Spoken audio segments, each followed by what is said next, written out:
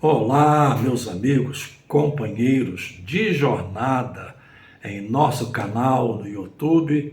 Bem-vindos mais uma vez. Estamos de volta nesta semana com subsídios para a revista Betel Dominical, estudada nas escolas bíblicas dominicais das Assembleias de Deus, vinculadas ao Ministério de Madureira em todo o Brasil e em grande parte do mundo. Antes, aquelas observações tradicionais. Se você ainda não é inscrito, inscreva-se no canal e ative o sininho para receber as notificações todas as vezes que novos vídeos forem disponibilizados. Para todos, em geral, peço um ato de generosidade. Curtam. É a soma das curtidas que permite ao algoritmo compreender a importância do vídeo e estendê-lo para outros segmentos nesta plataforma. Também, na medida do possível, os seus comentários permitem que haja uma interação de cada um de vocês conosco para que possamos perceber sobre como os nossos conteúdos estão sendo recebidos. E, por último, uma gentileza: compartilhem o vídeo em seus grupos de WhatsApp para que outros professores e alunos também tenham acesso a este material. Feitas essas preliminares, entremos já na exposição da lição deste domingo, lição de número 7, que será estudada amanhã, dia 16 de novembro. Temos por título: Davi, Deus não rejeita um coração quebrantado. Os textos de referência estão baseados no Salmo de número 51, são os versos 1, 2, 3, 4, 5, 6 e 7. Eu, todavia, sugiro que você leia todo o Salmo, para que você tenha uma visão do contexto, uma visão mais ampla e possa compreender a profundidade, o significado desta confissão. É, de fato, uma confissão que corresponde ao título dado à lição. Uma confissão de um coração quebrantado. E a um coração quebrantado, contrito e arrependido, Deus jamais rejeita. Deus é compassivo, Deus é misericordioso e Deus abraça aqueles que sinceramente, genuinamente demonstram arrependimento, como é o caso de Davi, retratado no Salmo de número 51, cuja autoria é atribuída ao segundo rei de Israel. Eu tenho aqui anotados alguns pontos e eu gostaria de considerá-los como subsídios.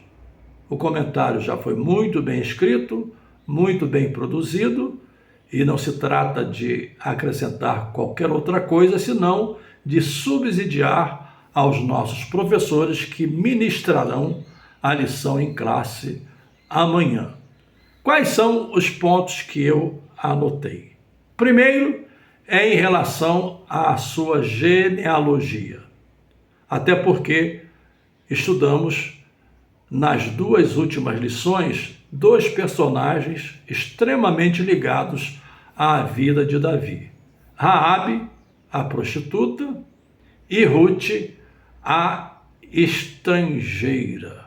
Ruth, a estrangeira, e Raabe, a prostituta. Quando falamos de Raabe, Raabe residia numa parte das muralhas de Jericó e, como já estudamos, não vou me reportar aos pontos estudados, se não mencionar que ela compreendeu a importância de crer e aceitar o Deus de Israel, de se submeter à vida do povo de Israel, inclusive casando-se com um israelita de cuja relação nasceu Boaz. Então temos aí uma mulher que, em termos técnicos e em termos morais, seria uma mulher de má reputação, também sendo abraçada na genealogia de Cristo em razão do papel que ela representou e do fato de ela se submeter à aliança de Deus com o povo de Israel. A outra mulher, como já mencionei, trata-se de Ruth, a estrangeira, porque vivia nas terras de Moabe, ou seja, terras moabitas, mas ela preferiu seguir a sua sogra Noemi, e é Ruth quem se casa com Boaz, o filho da prostituta. Portanto, temos Ruth, uma estrangeira, trazendo como simbolismo e não alegoria o fato de que Deus e a bênção da redenção, principalmente, não é uma bênção restrita, não é um privilégio de um povo. Em João capítulo 1, e verso 12, diz: veio para os que eram seus, mas os seus não o receberam, mas a todos quantos o receberam, deu-lhes o poder de serem feitos filhos de Deus. Davi está ligado a essa genealogia. Davi é filho de Jessé, que é filho de Obed, que é filho de Boaz. Então temos aí a ascendência de Davi com duas mulheres, uma estrangeira e uma prostituta, claro, na sua vida anterior, mas incluídas na genealogia de Cristo e, consequentemente, na genealogia que inclui Davi. Esse é um ponto bastante interessante. Outro ponto que eu gostaria de considerar, porque é provável que você já tenha ouvido, há defensores dessa tese, que Davi teria sido um filho bastardo. Em outras palavras, o filho de uma relação extraconjugal de Jessé com uma outra mulher. Não há nenhum registro bíblico, a narrativa bíblica não aponta nessa direção e não deixa, digamos, nem nas entrelinhas a possibilidade de se pensar nessa hipótese. Trata-se de uma hipótese especulativa, uma hipótese sem lógica, uma hipótese sem sentido, porque não há, como já mencionei e repito, reitero, não há nem nas entrelinhas da narrativa bíblica a possibilidade de se pensar nessa hipótese. Davi era um filho legítimo de Jessé. É tanto que a Bíblia usa essa expressão para referir-se a Cristo, mencionando que ele é da raiz de Jessé. E essa menção é extremamente simbólica, extremamente significativa, para mostrar que se trata de uma linhagem legítima. Então, Davi nunca foi um filho bastardo. Outro ponto que eu gostaria de mencionar é que Davi foi o segundo rei de Israel. O primeiro, ambos ungidos pelo profeta Samuel. O primeiro foi Saul, o segundo, Davi. E Davi era o filho mais novo de Jessé. Não poderia aqui precisar a idade, mas não era, digamos, um adulto já formado. É tanto que ele trabalhava no campo, cuidando das ovelhas, e foi na sua experiência pastoril que ele enfrentou tanto o leão quanto o urso e os matou. Mas tem um detalhe bastante curioso.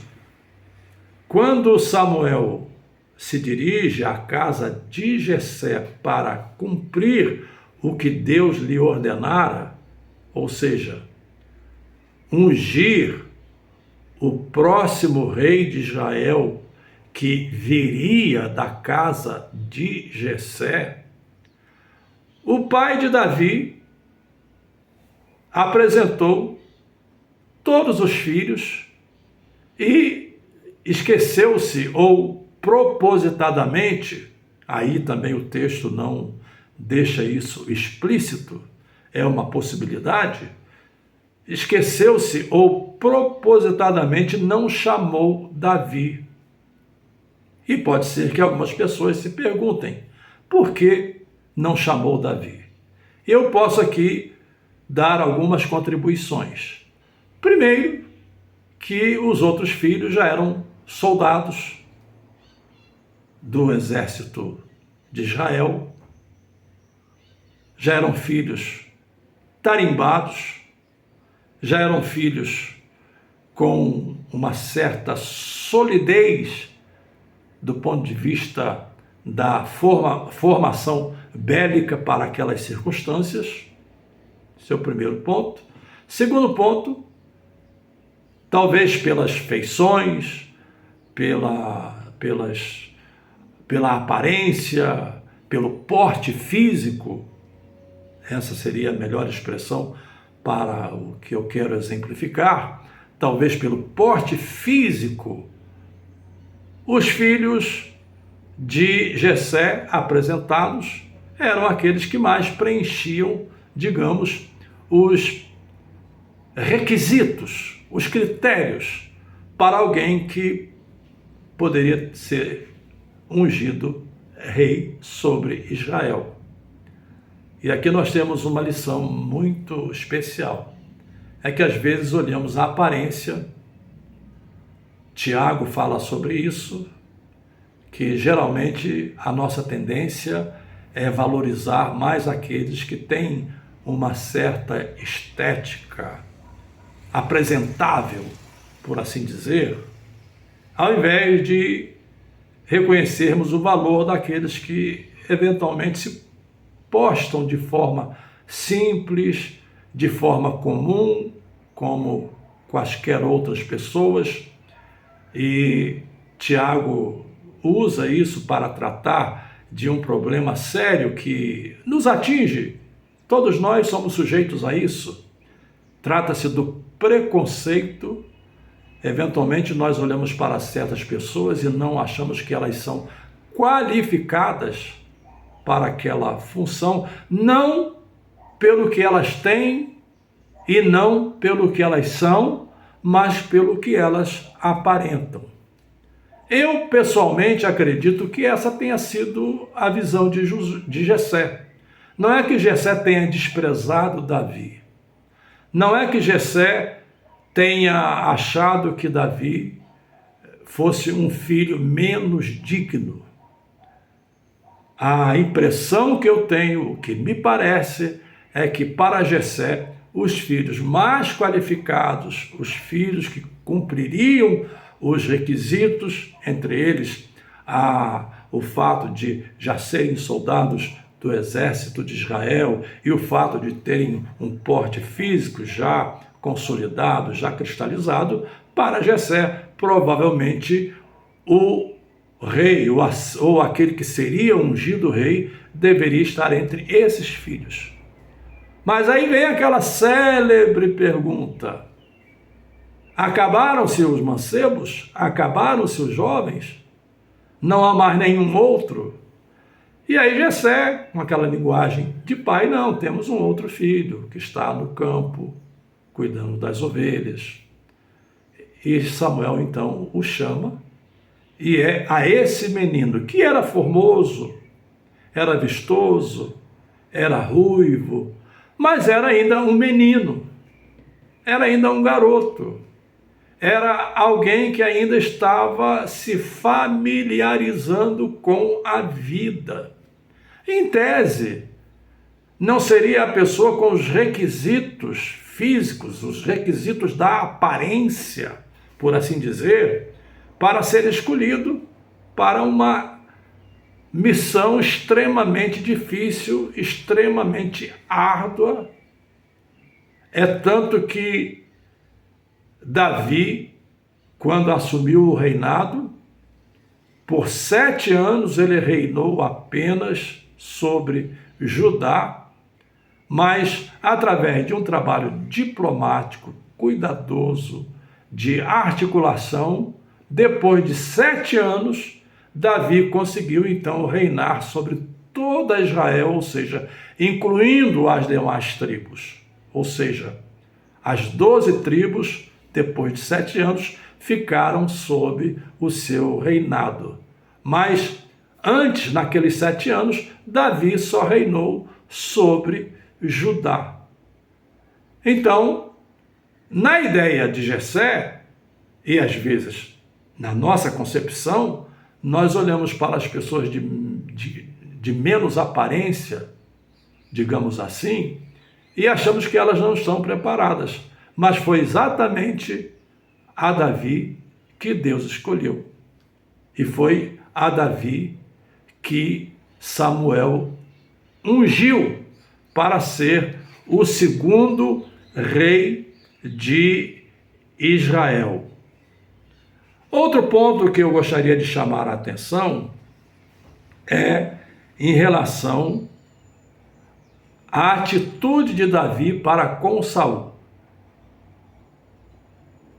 Davi teve pelo menos 2 oportunidades de matar Saul. E é bom que se faça uma digressão muito rápida para explicar que Saul passou a olhar Davi como um rival. Esses assuntos geralmente não ficam guardados por muito tempo. Costuma-se dizer que se você quer guardar segredo, não conte para ninguém. Porque se você conta um segredo para uma outra pessoa, já não é mais segredo. Eventualmente essa outra pessoa, até num lapso de sinceridade, não é por um ato de má fé, ela conta esse segredo para uma terceira pessoa e contou-se para uma terceira pessoa, é automático que esse segredo acabe se tornando conhecido de todos. Então, o segredo é só de uma pessoa. Se é segredo, conte só para Deus. É fato que Saul tomou conhecimento, inclusive foi Davi quem foi tocar a sua harpa quando Saul estava atormentado pelos espíritos malignos. E isso criou uma rivalidade. E Davi teve de fugir. Inclusive a Bíblia menciona a caverna de Adulão, onde ele se escondia com aqueles que eram endividados, com uma série de problemas que formavam, por assim dizer, o seu exército informal. Davi teve a oportunidade de tirar a vida de Saul por 2 vezes. Mas Davi respeitou a unção de Davi. Aliás, a unção de Saul. Davi respeitou a unção de Saul. É um detalhe bastante interessante. Davi só assumiu o trono. Percebam, por favor. Davi só assumiu o trono após a morte de Saul, embora ele tenha sido ungido para substituí-lo. Muitas vezes se lê, por exemplo, em nossas redes e até em textos que aquele texto "não toqueis nos ungidos do Senhor" não se aplicaria nos dias de hoje. Eu diria o seguinte: se você tem um chamado, se você tem uma vocação, se você sabe que Deus lhe separou para determinada função, me escute, por favor. Vou repetir pela importância do que eu vou dizer. Se você tem consciência que Deus lhe chamou, se você tem consciência que Deus lhe vocacionou, se você tem consciência que Deus já separou você para determinada função, alinhando-me aqui ao exemplo, à analogia de Davi, você não precisa adiantar o processo, porque isso vai acontecer na hora exata. Esse é o ponto. Deus não se atrasa e Deus não se adianta. Deus faz na hora certa. Esse é o ponto. Então, não tente puxar tapete, não tente pôr um pé no meio do caminho para que o outro que venha caminhando tropece e caia. Fique na sua posição.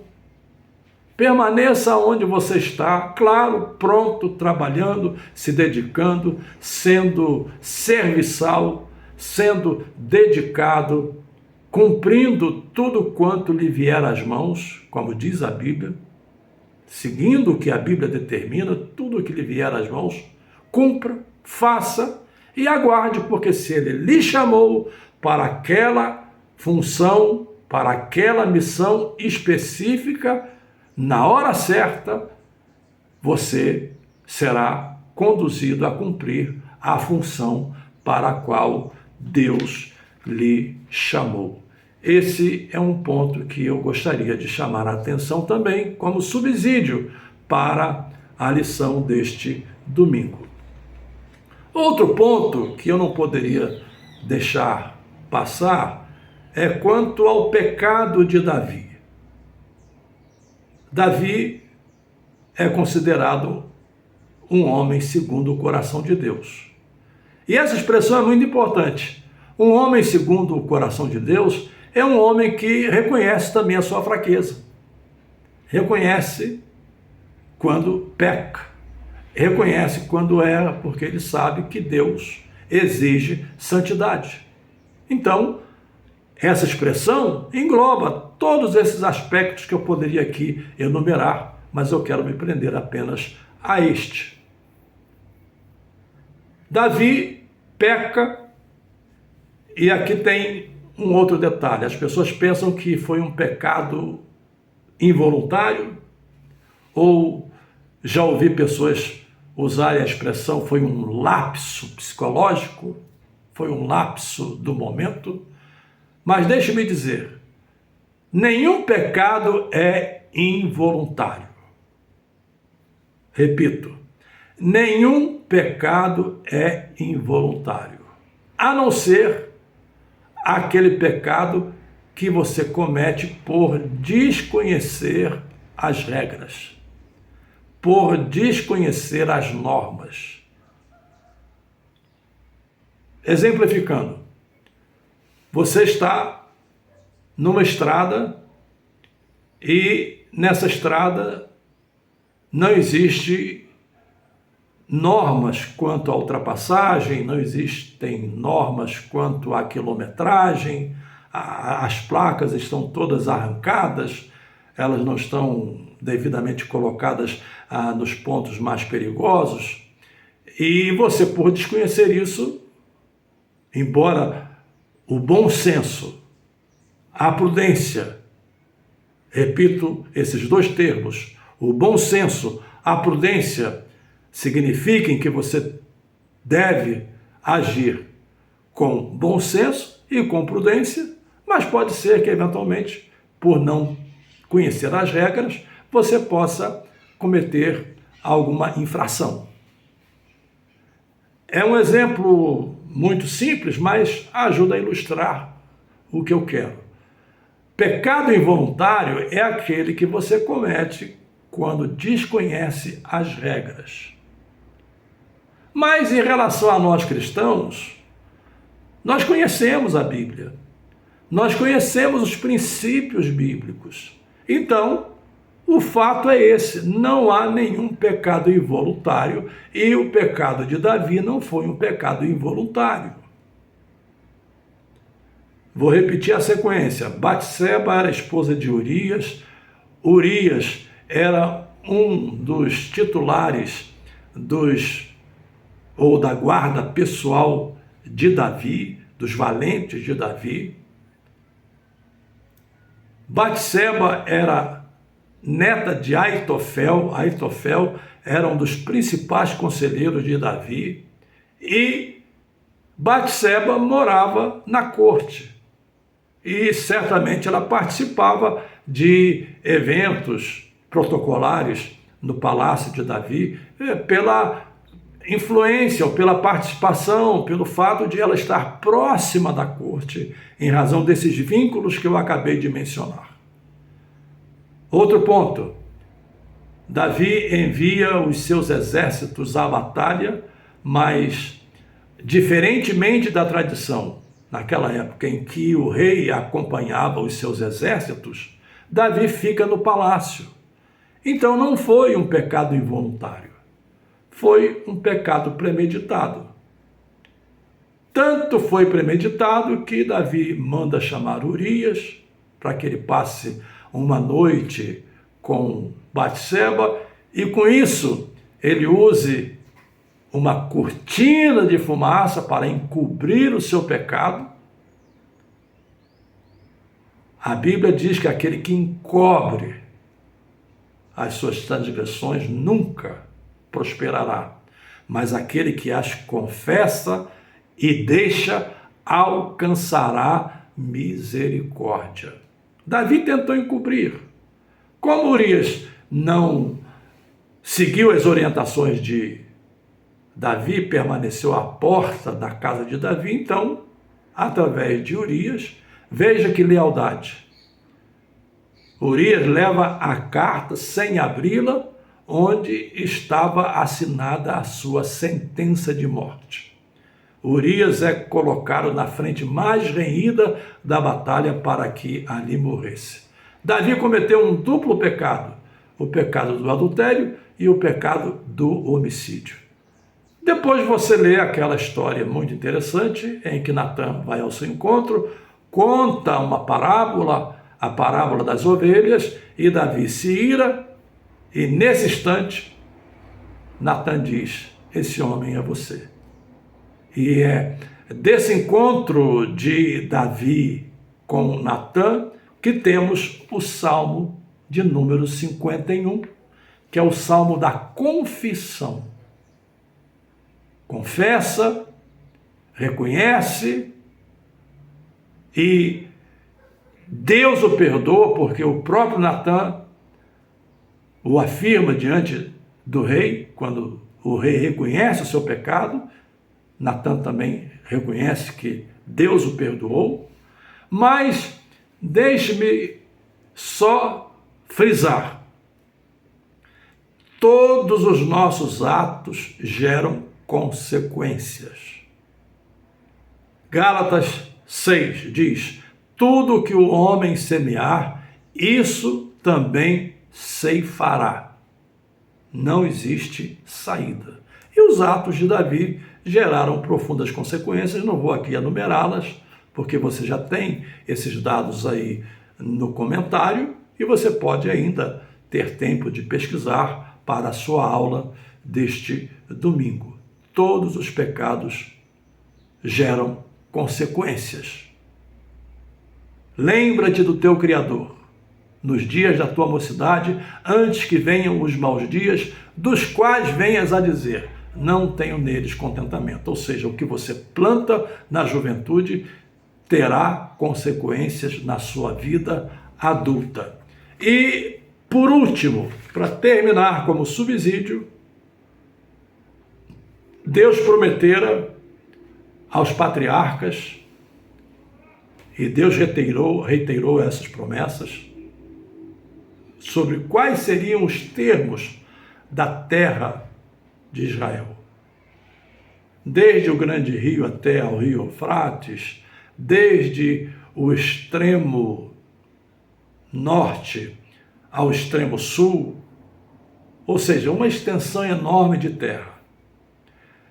E essa extensão de terra só foi conquistada parcialmente no reinado de Davi e ampliada praticamente nos termos em que o Senhor prometera no reinado de Salomão. No reinado de Salomão.